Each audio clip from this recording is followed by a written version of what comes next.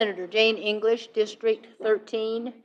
And good morning. And basically what this is a very short bill, but it really gives the public an opportunity to have a voice in their opinion before a business session starts at a school board meeting. So they have an opportunity to come in and speak. They won't be able to talk about employees or about teachers or students or anything like that. And the school board will be able to decide how many minutes they want somebody to be able to speak. But the bottom line is that in today's world, people really need an opportunity to be able to voice their opinion and to be heard. It's the freedom of information, and we need that desperately in schools. In some areas, some schools or districts are requiring that the public fill out a form, a 4-page form, and maybe 2 weeks later they get to know whether or not they get to be heard. But this gives everybody an opportunity. Sign-in sheet, and the school board decides exactly how many minutes that people can talk, all that. So that's it. Members, anyone have any questions? Senator Murdoch, you're welcome to ask a question. Thank you, Chair. Senator English, I think we may have spoke on this, but I've spoken to many people about this and certainly agree that access and opportunity for the public to participate is very, very important. So this is nothing against that. The only thing that's very volatile about this piece of legislation as it is written is there is no filter and there is no fence for someone to come and speak. And once something is said, then it's out there. And you're right, you say what they should not say. But the reason why there is a provision in place in most districts that do this is because they go through that process of making sure of what the content will be. What this bill would do is allow for the chaos to ensue, and then behind it, go and try to catch up to it. I think a responsible way of doing it is that we have a filtering process that makes sure that we won't have coaches, teachers, administrators, vendors, all kinds of chaos out there that then the district and other members of the community got to go and catch and deal with. So again, this is not saying don't speak. Totally with that. But with something in place previous to them speaking. So if you think about it, if we said that same thing here, if we said that you wouldn't get an opportunity to sign up to speak for or against a bill, this bill or any bill in the legislature, if it had to go through a filter, we would not accept that at all. So my response to that is you do have a filter because when they sign up, Right. they're only allowed to speak on the bill, that particular bill Right. that's there. So that's a clear filter, and the chair does a good job of making sure that the conversation is concise and to that point. What we're allowing for, if we do this way, is whatever someone has to say, unfiltered. Then, so what the process is in place does, it does exactly what you said we do here. It allows for the sign up, and then we have the bill itself that keeps us in line. So I think the idea is great, and I agree with that, but we need to have something so that we don't have the chaos that will ensue for the district. We should not here in Little Rock create this volatile piece of legislation because school district and school boards are very, very, very contentious. What we do up here ain't nowhere near the local politics that go with school boards, as you know. So I think we would be doing a disservice to our local school districts and disrupting educational processes if we just allow this to be unfiltered. But again, I'm not saying not to have access and not to speak.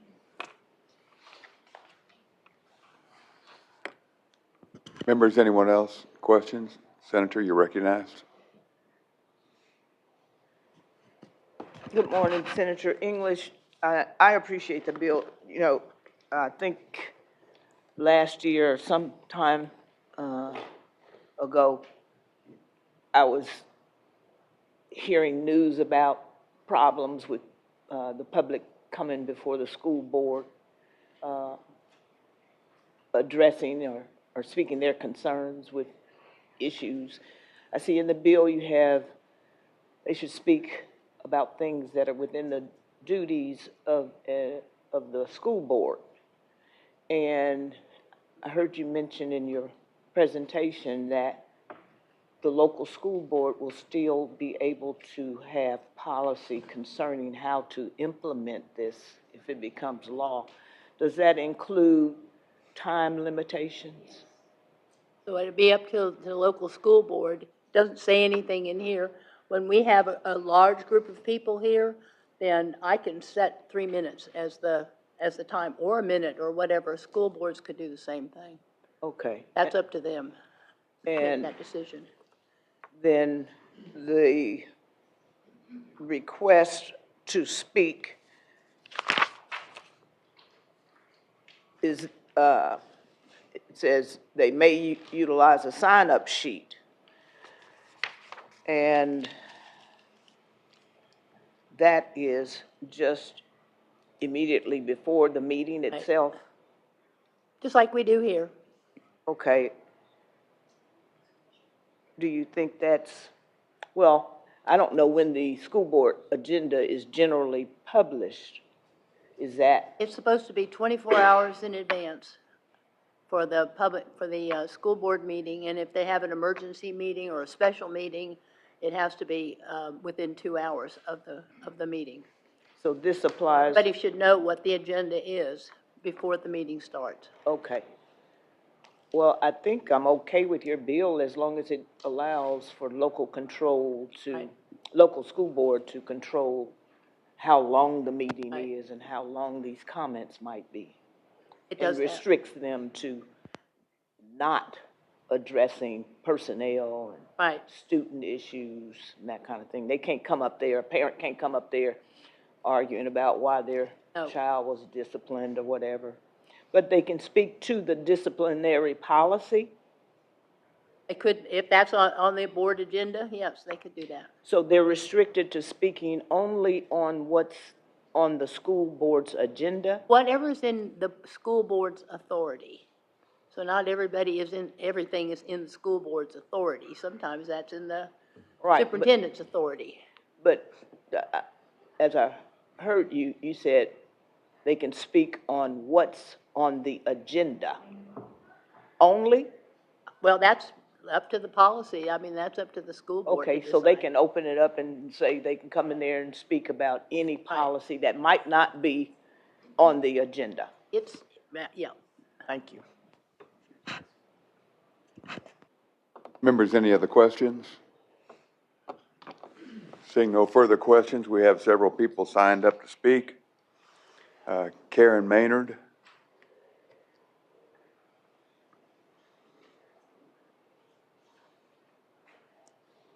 And you're speaking for the bill, is that correct? I am. If you would introduce yourself, and you're welcome to present. Okay, my name is Karen Maynard. I'm a member of the PCSSD School Board, and I'm here to speak for SB 90. So I was a parent before I was a school board member, and I did use my time to go and speak to my school board, and I think everybody should be afforded that opportunity. And I'd love to have questions if you guys have any questions of a school board member. Senator Flowers, you're recognized.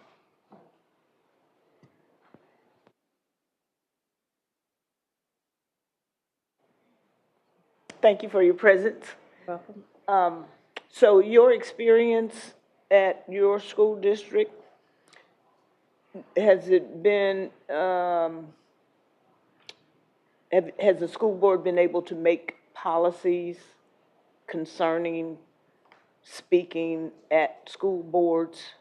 Yes, our school board currently allows public speaking, so we do 3 minutes at the beginning of the meeting, so they have an opportunity to speak on anything that we're discussing that night, or anything that's within our purview. So our board president does usually ask that they not, that they do have a First Amendment right to speak, but that they don't mention names if they can get their point across without doing that. So your support for the bill since you all are already pretty much doing this. But as a parent, I knew other parents in other districts that didn't have the same opportunity as me, and it's very frustrating for not just parents but stakeholders to not be able to address their elected officials.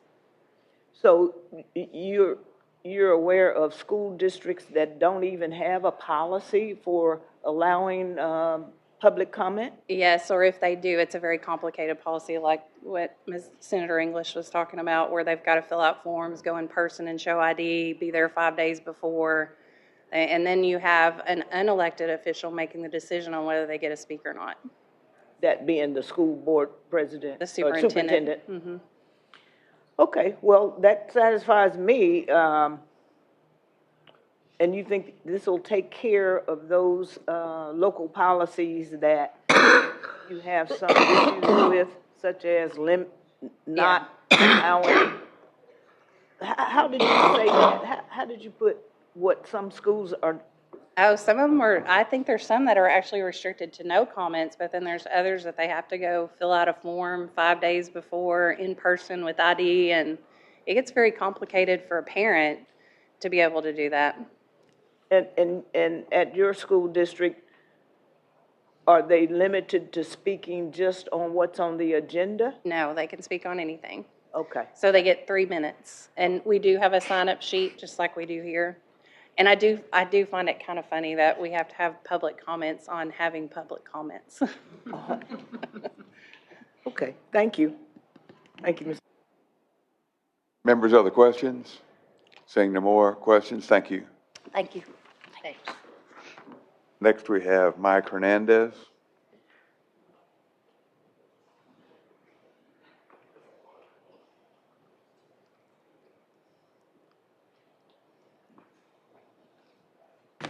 Hey, Senator English. Okay. Mr. Duffy, are you going to be joining? If you would both introduce yourselves, and then you may proceed.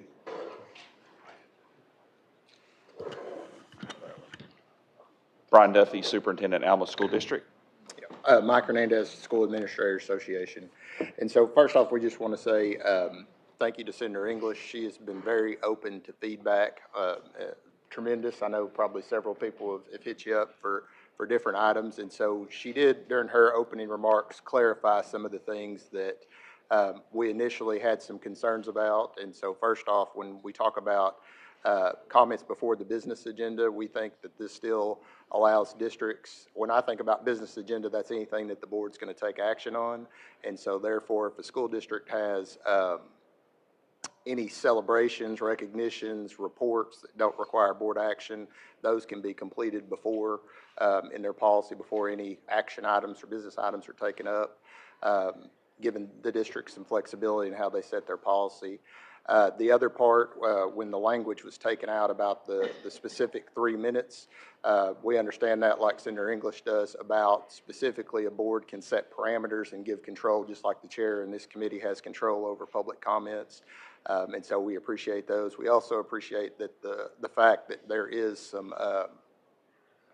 some language in there specific to not talking about students or that may come up in an expulsion hearing or other things. Also with personnel matters and things like that, not specifically naming employees. But honestly, I think, you know, there are always concerns. You know, anytime that you deal with public comment, especially shortly after the days, as most of you remember when we were dealing with masking and vaccinations and all those things, I mean, school districts took a big hit. And so everybody's really gun shy and nervous about the things that are taking over. The only thing that we really have outstanding that we're, you know, would like to see something in the bill about, and I think Senator English may agree on this, is, you know, it is still very open-ended to, you know, people coming from other states. You know, we saw that especially during the pandemic where people were roaming from school board to school board and highlighting on social media about whatever specific topics, trying to bring that to the local community. So if there was a possibility of looking at something where it was restricted to residents of the school district, businesses of the school district, parents that had kids, their school choice to the district, we would welcome a change like that. But at the very least, having some restriction to have to be a resident of Arkansas, just like FOIAs that districts get, by and large, those are always restricted to being Arkansas residents that are using up, state resources, state time, and things like that. And so, I don't know if Dr. Duffy has anything to add. Really, the only thing I would add is just the concern and to have guardrails, since we deal with children and those things that have already been discussed. My district, we have a public comment period at the beginning. Sometimes people sign up, sometimes they don't. And I've had it in my career, both gamuts, where there was a advance notice filed, but it was usually fairly easy and no issue in my experience. But as long as the guardrails are in place for that, that's a major concern with kids and dealing with staff as well. I know y'all have plenty of contacts. If you want to write additional language, you're certainly welcome to do so and add that. Senator Murdoch, you're recognized for a question. Thank you, Chair. Thank you all for being here. So let me go through a scenario. I'm a former school board member as well, have been to many school board meetings, and I've seen several scenarios. So what I bring to you is from real life experience for the most part. So a scenario whereby you have someone to come and they speaking. This is without a filter, as the bill is written without a filter, no guardrail, as you mentioned. And someone comes to speak, and they say whatever they choose to say, and the chair, the president of the board, or whomever is chairing the meeting, they go to pull them down. Now the room is full of people, and this is where it really gets contentious, and this is what we have to be very careful of. On things that don't matter, it don't matter. But when it matters, is what I'm talking about. The room is full, and that board president go to pull that person down to say, hey, you're getting out of bounds. Hey, you're going too far. The room erupts. So now we get scenarios like we see in other, on YouTube and some other cities that I don't want to name, when you see their school boards meetings that just get out of control. We must maintain, and we should maintain control. So what I'm saying to you is, look at the position. Do you agree, and do your superintendents agree, that they want to see their board meetings and your board members, whomever is giving you input, they agree with doing this? And you gotta legislate to the situation whereby it's going to be a volatile meeting, the room is full. They start to say something that the crowd loves because it's controversial, but that's when we need the most control and the most order. So tell me because I'm hearing from your administration as early as this morning. So tell me how this is okay. Are you saying this is okay as written, without guardrails? Yeah, and so I would say that, there are a couple things like the in-state piece that we feel like, or in resident districts, that can help control some of that. Because of the fact that the way we understand it is there are guardrails that the board can set as far as policy. It is much better than when it started out, I guess that's what I'll say. And part of the whole, in making legislation is kind of a negotiation process sometimes, and with all the different stakeholders that have an opinion. And so it's going to be different for those districts that don't have public comment. It's going to be different. And, I always say, and I had this discussion with Dr. Duffy this morning, he reminded me of an old mentor that said, it's not the superintendent, it's not the school district's meeting, it's the board's meeting. And so it is going to be incumbent on that board and those leaders, just like a chair in one of these committees, to keep control of that meeting. Right. And if they want to let it get out of hand, and, whether it's in a public meeting or, which everybody nowadays, it doesn't matter if it's in a public meeting because it's on social media. And, sometimes those can be more harsh because people are more brave, on those things, and that perpetuates them forever. And so, as long as there's good training and understanding about what the rules are, I think this can be managed. It's going to be different in every district and every different time that something comes up. And so, a lot of that you talked about, describe, happens now because we see it all the time. You can read the newspaper this morning and see that there was, some comments and a little bit of a chaotic meeting that might have happened in a local district. And so, I think it's going to be a big difference for districts that don't have a public comment or have a very restricted public comment process. Well, I certainly agree that it should be a process. So I'm I believe in transparency. I think that the public should be able to have input. So those districts that have nothing, I do agree it should be something. More so, though, I agree, or I feel that it needs to be something responsibly done. I think we're doing something now, possibly, if we pass this, without guardrails and without a responsible way of maintaining control. Because I see it happen on YouTube or in the paper this morning, that gives me more impetus to try to prevent this. And when I present legislation or vote, I'm going to vote to prevent what we see on YouTube or what's in the paper. And putting up guardrails, it does not restrict necessarily. What it does is gives the district an opportunity to review, preview, to make sure it's in accordance with what this says it should be. What we're saying let's let it go, and then let's go try to catch it. And I'm saying we're putting people in a bad position if we do it without guardrails. We need to do it, but we need to have guardrails. Would you agree?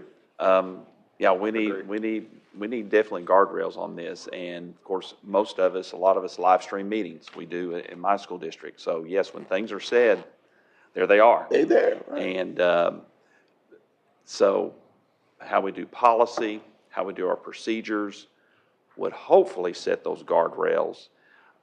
If we need additional language here, as Senator Sullivan has recommended, that we could work with Senator English on that if you also choose. Need some language, as it's written. Thank you. You're welcome. Senator Flowers, you're recognized. Mr. Duffy, I didn't catch what school district you're with. Alma School District. Okay. And Mr. Hernandez, thank you for being here. Does the Department of Ed have oversight, or do they review local school policy, even public comment, or what this bill would allow? Do school districts have to submit to the Department of Ed? So, of course, just to clarify, I don't work for the Department of Education anymore. Where Oh, Greg is, I'm sorry, but- where do you work? So I work at the Administrator Association. But I Well, can is- take a stab at it as far as policy is required to be posted on the school website. And that is a law that the department I know does check to make sure you're in compliance with all those policies. As far as what they say and those types of things, I don't think they, obviously want to make sure they're in compliance with law, but I know those policies are all publicly available on the website. And it would be the department that sets the rules, makes the rules? I know local school boards will make rules concerning this legislation if enacted. But does the department have any responsibility to make rules regarding this if it becomes law? Do you know? I do not know that, but I don't think so. Is there someone here from the Department of Education? We have someone from the department to speak to that?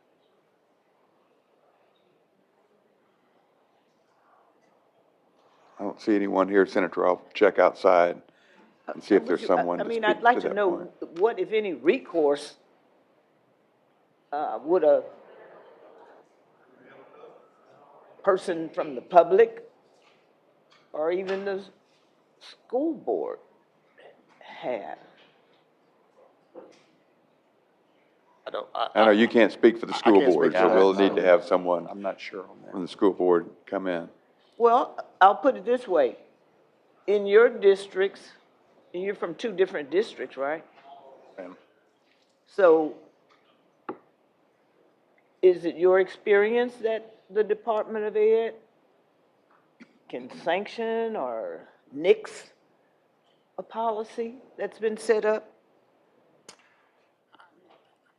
I certainly think it would be possible if there is a policy that's in place that's not in compliance with law, that they could provide feedback to the district and request that they change it. I mean, I could see that scenario. As far as the board member question, I do know that there is a new ethics process that's been set up as from the last legislative session. If there's something that may be out of line and not following proper procedures or ethical behaviors. So I do know those two things. Where would someone bring that up? At the State Board of Education, the Department of Ed? Is it in the way of a complaint? What do you know? I do know State Board has a public comment period that people utilize quite frequently about various things. As far as the ethics piece of it, I believe that may be something, I'm not positive that's not with Secretary of State's office. I don't know who's over that part of it. Senator English, do you know? I don't know. Okay, thank you. I would like to hear from the Department of Yes, ma'am. Ed if We're they're looking out for there. them. Senator King, do you have a question or comment? Thank you, Mr. Chair. So my brother was on the school board for 16 years, and now he's on the quorum court. So I do understand that. I do have family members that are public school educators, retired. So I understand all the concerns about that. But so, Senator Murdoch's bringing in guardrails, and I understand that. So, and we just, as a lot of times down here, we make laws and we think we know, but really we don't know what we don't know that can happen. And you talk about Facebook live streaming, things like that, and open up. But according to Senator English here, I kind of I know Senator Murdoch too, we get along, likes guardrails. I like kind of no rules where the superintendent or the people running the meeting can say, if they do have to allow a public comment period and someone brings up a personnel issue that is outside the bounds of being troublesome, they can at least, with Senator English bill, maybe she needs to answer her, they can set rules and say, we cannot allow personnel issues to be discussed in this public comment period. And so they can set rules going forward, and we can look at it for 2 years how it works, and then come back 2 years later. The good thing about our system is we can just see and then come back and correct it. But so this gives the school boards freedom to set rules of how they deal with it, rather than us put rules on there that we just don't know what they're going to deal or come up with. Is that right? Okay, the second part is, and this is a big question to me, is does this apply, Senator English, to private schools that get to learn? They don't usually have school boards. They usually don't even have school boards. So we have two different They don't standards. have elected school boards. Yeah, I understand. So, okay. Members, any other questions? Senator, we're looking for representatives. We'll call them to the table if they come up. Thank you very much. Next, we have Mike Schneekle. Is that correct? Schneekle, Mr. Chair. Thank you. I was going to cede my time today to someone else, as I have some other matters that I was going to be speaking on today, but I'd like to thank you, Senator English, for being brave enough to bring this bill, forward to allow citizens to have the ability to interact with their school boards that are elected by us citizens and have a say in what goes on with our children within that school district. And I truly thank you for that. I thank all the members that are here today for hearing this bill, and I hear Senator Murdoch talk about guardrails. The guardrails are already there. School boards have laws that they are required to abide by, which does not allow comment on hiring or any infractions with teachers or students. I'm not a member of a school board. I'm a citizen of Hot Spring County. I have a school district that does not allow public comment. And we have been to school boards at this district many times seeking information that is not published, because not only does my school board not allow public comments, they do not publish the minutes of their meetings. They did not provide financial statements for the school district. And it is imperative we know where our tax dollars are going and how they are spent and how our children's educations are being handled within the state of Arkansas. And I think you guys are doing yeoman's work today and making sure that this bill, SB 90, gets passed, because it is important that all citizens have the ability, as you have here today, to come and have public comment and expect a certain level of decorum when you're doing that. And that is within the school district's purview to ensure that that happens. It is not the will of the people to have the elected legislators dictate what we're going to be able to talk about within our school districts and how we are able to address a school board. I expect people when they address school boards, and as I'm addressing you today, to be professional with their comments with an expected outcome that our children's best interest is what we're looking for. Thank you. Members, any questions? Senator Flowers, you're recognized. I'm sorry, I did not hear what school district you were from. Ma'am, my children attended Glen Rose School District. My oldest daughter graduated last year. I'm still a tax-paying member of that school district, but Glen Rose School District in Hot Spring County, Malvern, Arkansas is the county seat. And you're saying they don't even allow public speaking? No, ma'am, they don't allow the public to engage with the school board at all at any point during the school board meeting or even have a discussion after the meeting is adjourned. They allow the school board members to leave the room, and then the superintendent will have a discussion with you once the school board is adjourned. And that is how they have worked there for several years now. And I'm very proud of you today to say that, and I support this bill 100%. And I think many citizens of this state, no matter of your party affiliation, wants to be able to interact with their government officials, and that is a government entity within our school district. Okay, thank you. Thank you, Senator. Any more questions? Saying no, thank you very much for your testimony. And next up, Missy Bosch, speaking for the bill.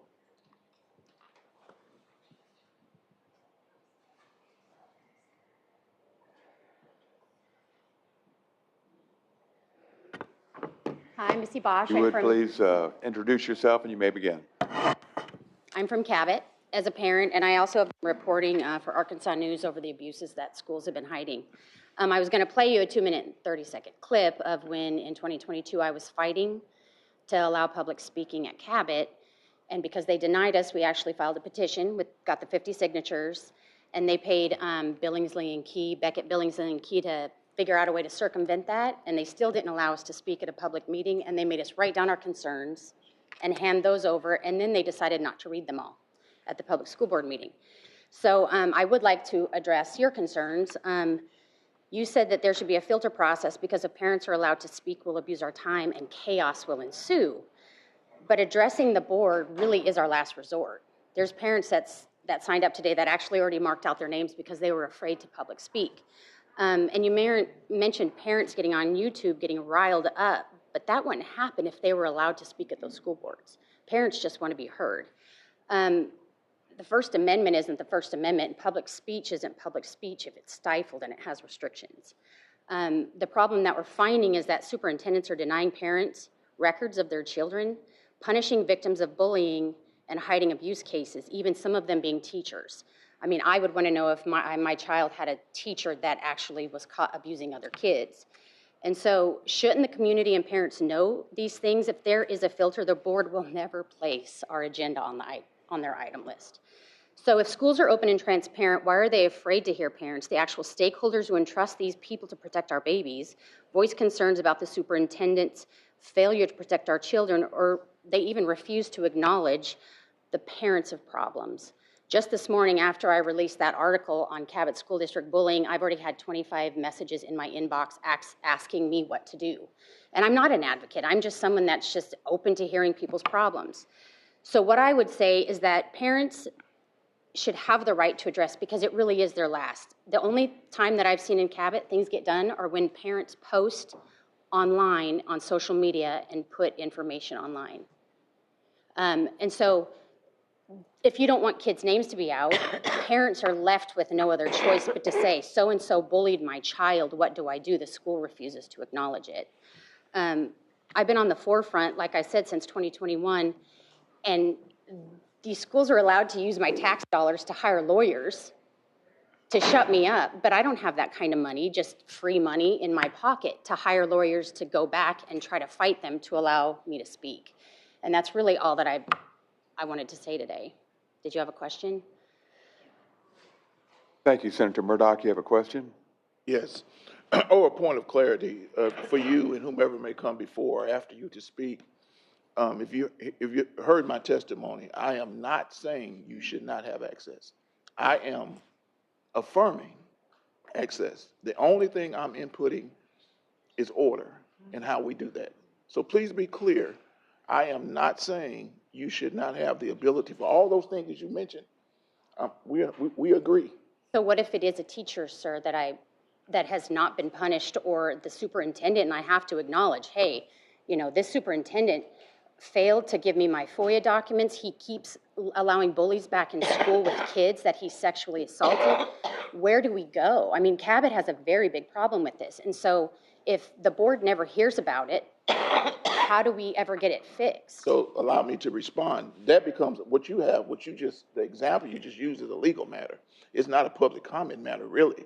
But you can go to your elected school board member, I'm sure, that you elected in zones or however you all do it.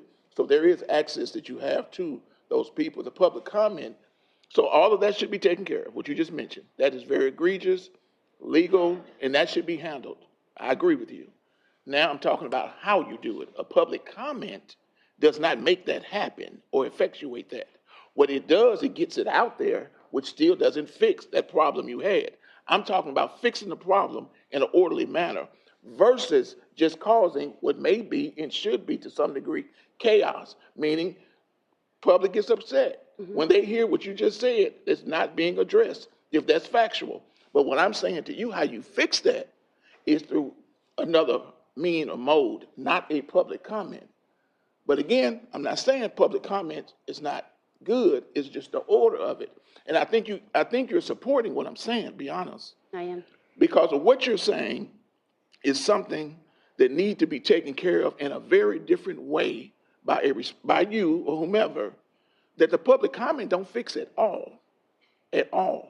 But it definitely needs to be handled. So again, I'm just talking about order. That's it. Yes, and so what we've encountered at Cabot is that we have emailed our board Yeah, but president. I ain't gonna talk about Cabot. That's a conversation. Right, or let's just say the parents that I've talked to, because I didn't just investigate Cabot, this is my personal experience. We email the board and we say, hey, we have these issues. And they are essentially being ran by the superintendent. They don't have the power over them. I have Little Rock, I have Nevada School, I have all of these. They are not. The board is more beholden to the superintendent and does what he says or she says, rather than the board controlling the staff that they hire. So your school board, let me just say this in general, not about any of those districts that you've named. The school board is your legislative body. And you as a public, you elect them. So you as a public can make decisions about their performance in general. That's where that happens. Public comment is not going to fix that. The ballot box might fix that or some other mechanism. But if you have, as you so described, a board that's beholding to versus taking care of their business independently, here at the legislature, the governor is the judicial, it's the executive branch. We're the legislative branch. We have a role, she has a role as governor. They're two separate roles. Right. So that has to be done in a different way. But the superintendent's not elected, he's hired, and so. By the people you elected. Right, and so we have to wait till that election comes up, and, they do things behind closed doors. We have no idea what the finances are. We don't know what is going on in that school because they get it ahead of time, and so we're not allowed to ask them. And then when we do, they shut off our mic if we go off topic currently.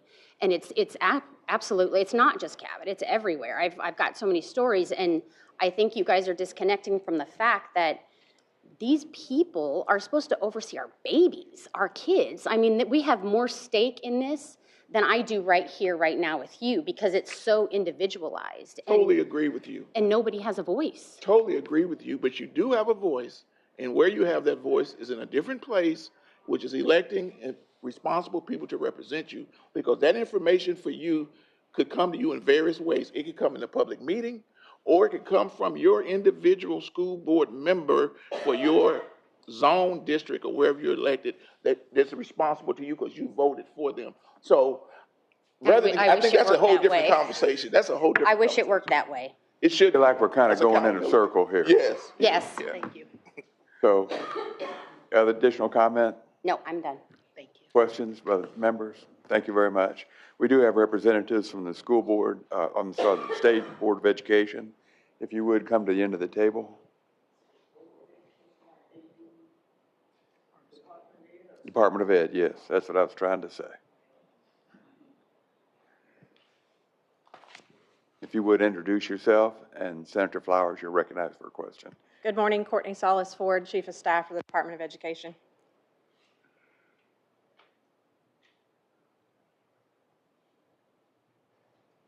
So, Ms. Salas, don't know if you obviously were not in the room. No, ma'am, I apologize. I was just trying to see what the recourse is for school boards.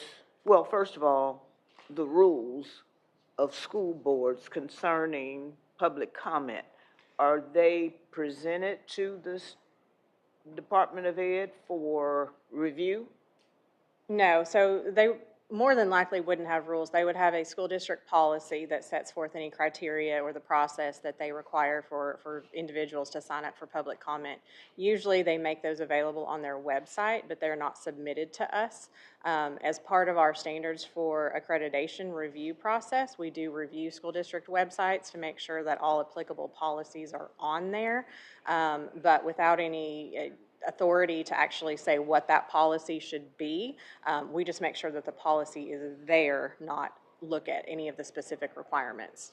So you all don't make a determination whether a policy is in compliance with the law? We don't have the authority to say whether it's in compliance because there is no specific law right now that talks about what has to be in that policy. You've seen this bill. Yes, ma'am. Do you think that would give the Department of Ed more opportunity for review and to make sure school districts are in compliance? So we would have the authority to make sure that they have a policy and that it gives the public the opportunity for comment.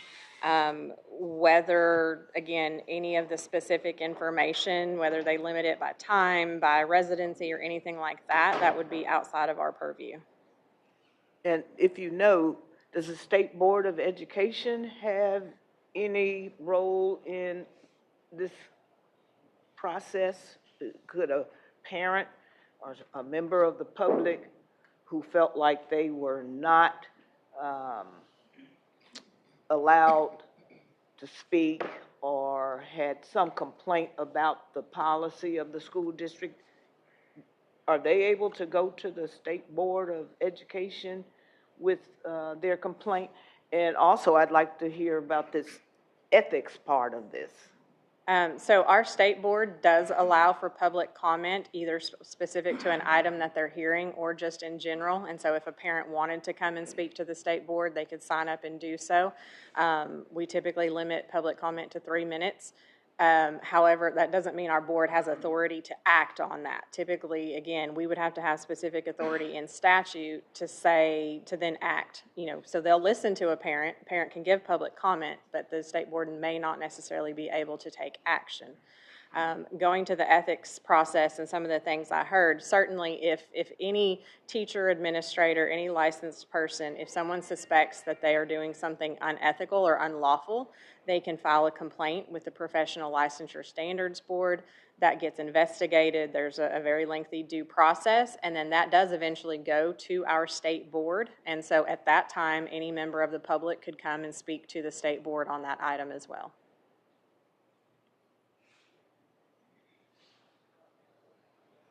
And if this becomes law, Senate Bill 90, would that fall into that category of items that could go through that ethics process?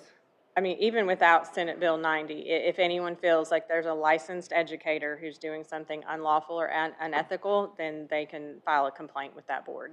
Well, you say licensed educator, would that include the school administrator and the school board? Yes, not the school board, just so superintendent, principals, teachers, assistants, anything like that, but not the school board. We don't have any purview over the school board.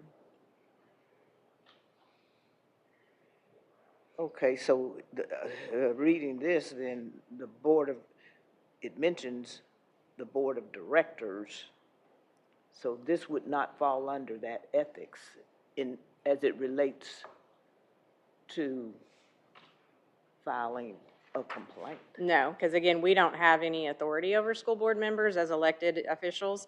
Our only authority is against, again, licensed educators, superintendents, administrators, teachers, et cetera. And your review process at the Department of Ed, you say, does not really result in any kind of sanction if there is a non-compliance? If it's something that we have the authority to act on and find non-compliance, yes, but there are many things that are outside of our authority, particularly concerning school boards. So reading the language of this bill, would that be within the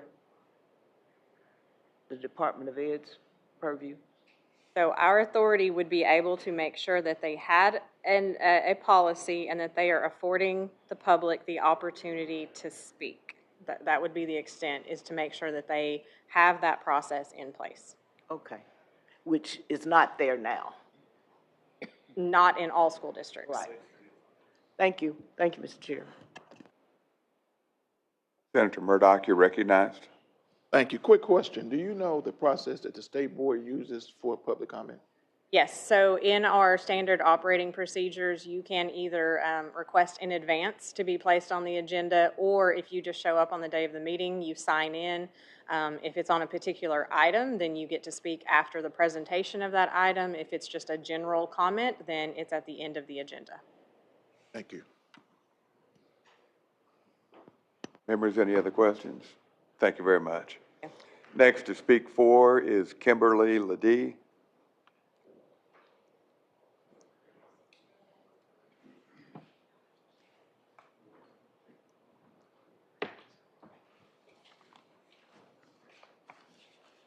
If you would, introduce yourself, and you're recognized to speak for the bill.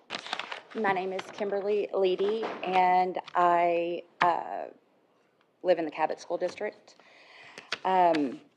Madam Chair, distinguished members of the Education Committee, I come before you not as a politician, but as a parent and citizen who believes in the fundamental promise of public education, that every child deserves a voice, and every community member deserves to be heard.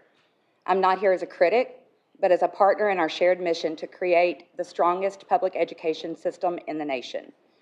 When we restrict dialogue, we don't just silence individuals, we fracture our communities. We create divisions where there should be collaboration.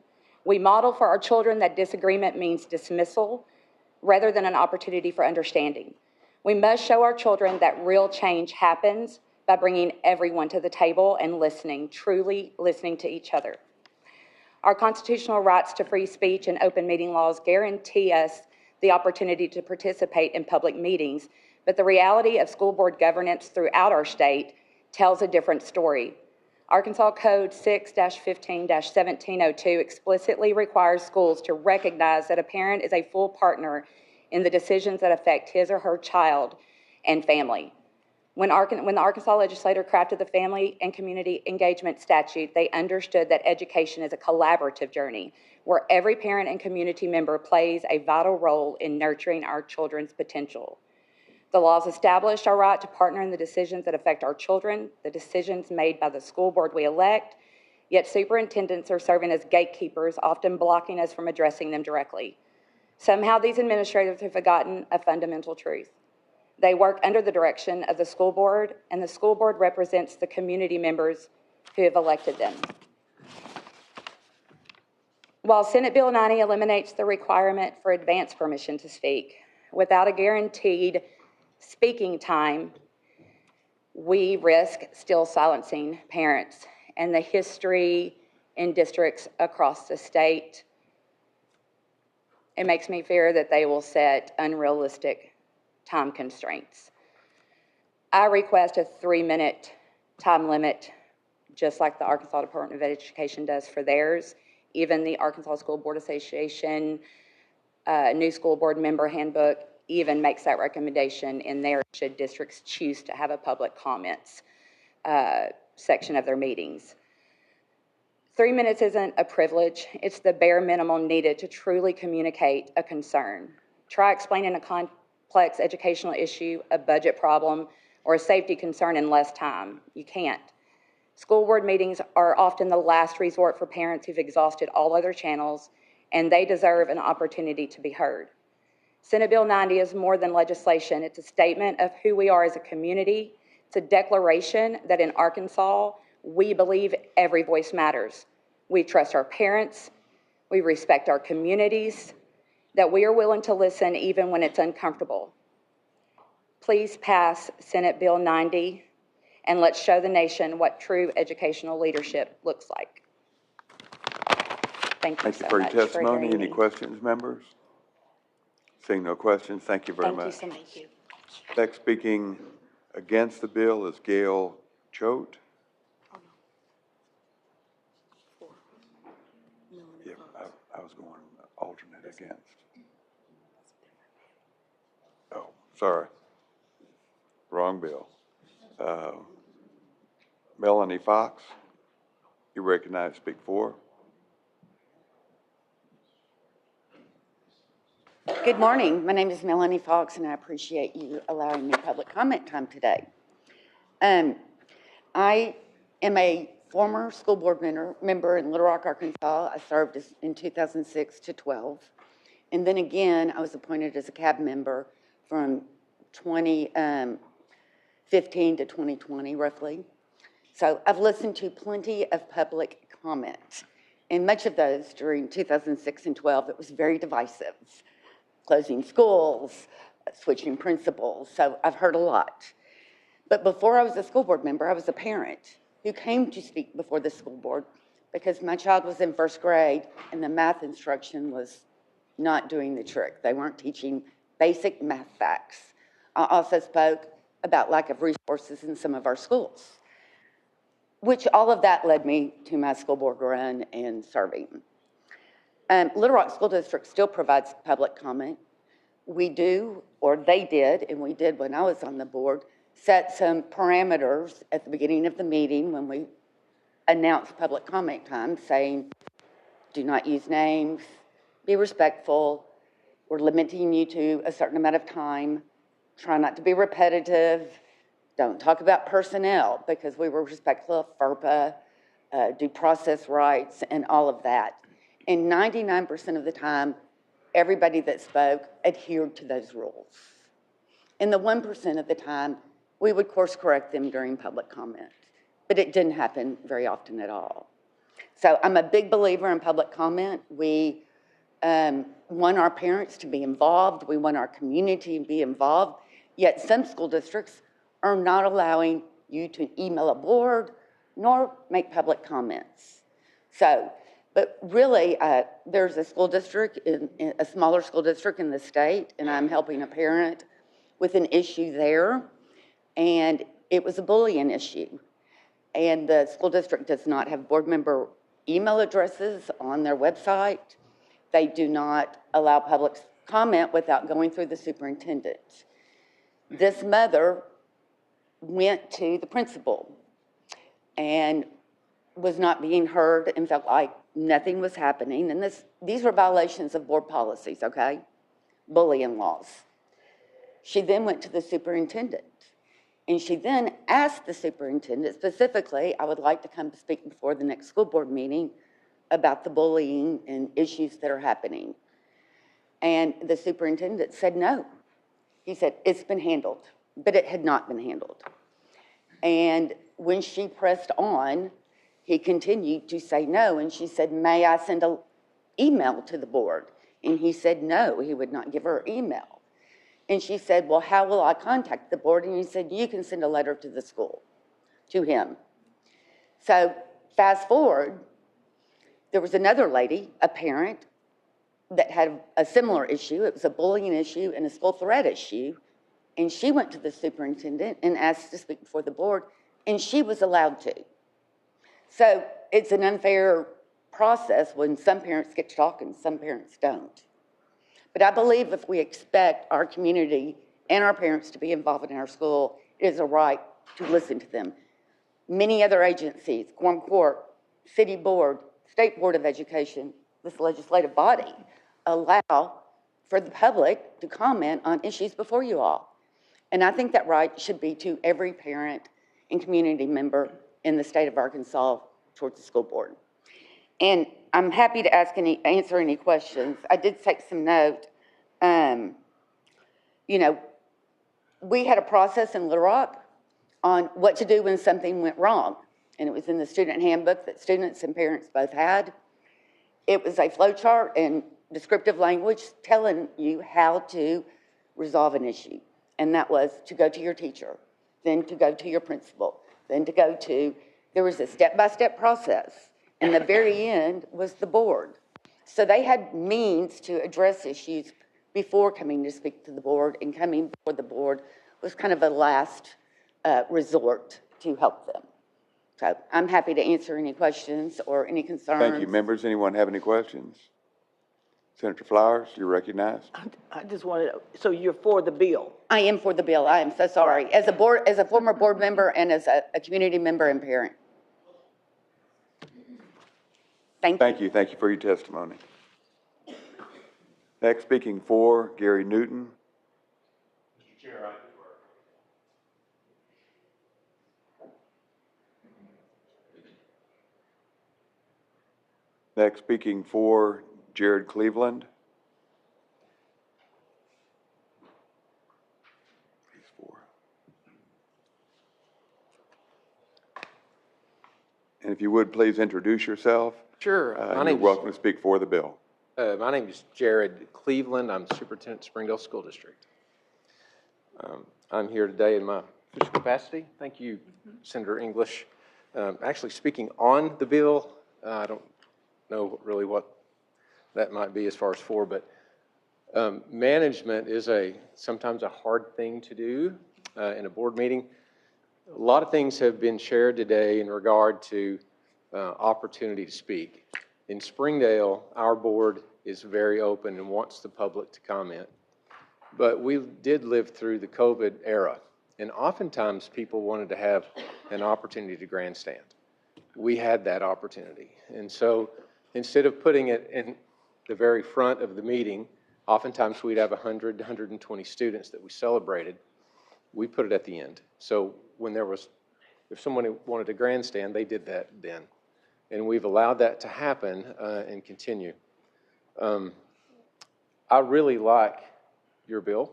I think, and our board really likes the opportunity for public to speak. But there are occasional bad actors.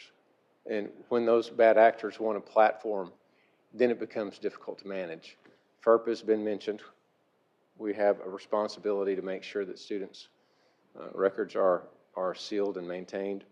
Personnel law also trumps. That's why we don't allow people to talk about other employees. But when those bad actors have that opportunity to grandstand, what does a board do? When Senator Murdoch talked about chaos, how does a president control the room without looking as if he's trying to squash a First Amendment right? That is a very hard thing to do. And when you have 3 minutes and someone's wanting to be viral on YouTube, that's difficult. So the bill, I think, is really, really good. We would like to maybe potentially add some things in our district, since it's okay, right, to add opportunity. We put our agenda out usually on a Friday and have a board meeting on Tuesday. That's plenty of time.